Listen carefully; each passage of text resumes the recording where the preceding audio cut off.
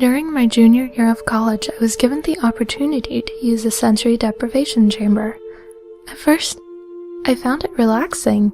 In the absence of all external stimuli, I found it easy to focus on an idea and visualize it. By the end of the spring semester, I was spending more time in the chamber than I spent in class. At the beginning of my senior year, I bought my own chamber. Some would say I foolishly wasted my student loan money on the purchase, but I had a meal plan. I could spend my downtime in the chamber and eat in the cafeteria. By this point in time, it had become easier and easier to slip into a world of fantasy. During one particular session, I found myself immersed in a world of my own design. It was as if I was having a lucid dream in a waking state. It was at this point that I became addicted.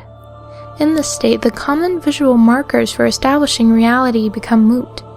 Numbers remain static, lights go on and off in sync with switches, and with the exception of when I purposefully will it otherwise, it seems that my brain has a pretty finite sense of reality.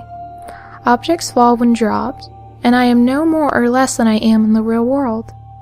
This is giving me pause for some concern as of late.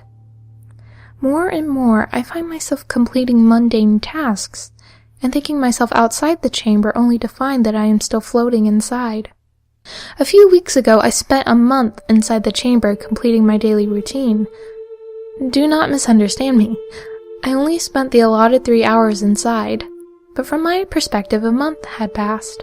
A solid month of going to class, climbing into and out of the chamber, and sleeping complete with dreams passed for me, before I heard the dinging of the alarm bell I set for myself.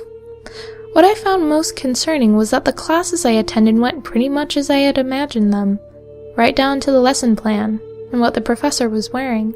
It was at this point that I decided to spend some time outside the chamber. I walked more and made it a point to be more active. I even attempted to socialize with others. I made friends and joined clubs and attempted to achieve at least part of what others call the college experience. It was around the time that I decided to give the chamber another try that I heard the ding of the alarm. I decided to be done with the thing. I sold the chamber to an enthusiast for most of what I paid for it. I caught up in my classes and graduated. Several years of work and social life have passed since then. I've even started dating a beautiful woman I met at the coffee shop.